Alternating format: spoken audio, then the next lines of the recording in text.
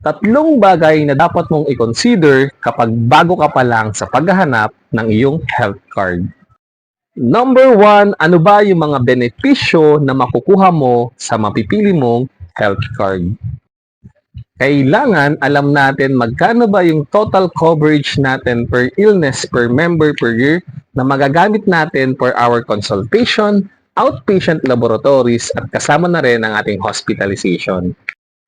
Isama mo na rin yung mga additional benefits katulad ng dental, annual physical exam, or annual executive check-up, or kung may iba pang perks na makukuha ka sa health card na mapipili mo. Number 2, the health card company itself. As much as possible, pasok po sana sa top 10 HMO providers ng Pilipinas ang pagpipilian nating health card para sa ating sarili.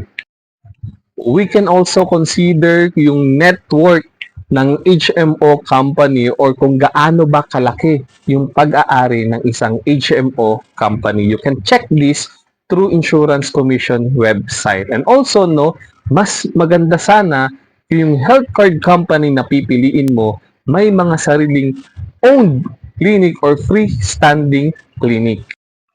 Kapag may owned clinic ang isang health card company or freestanding clinic, mas maganda yung serbisyo at benepisyo na pwede mong makuha.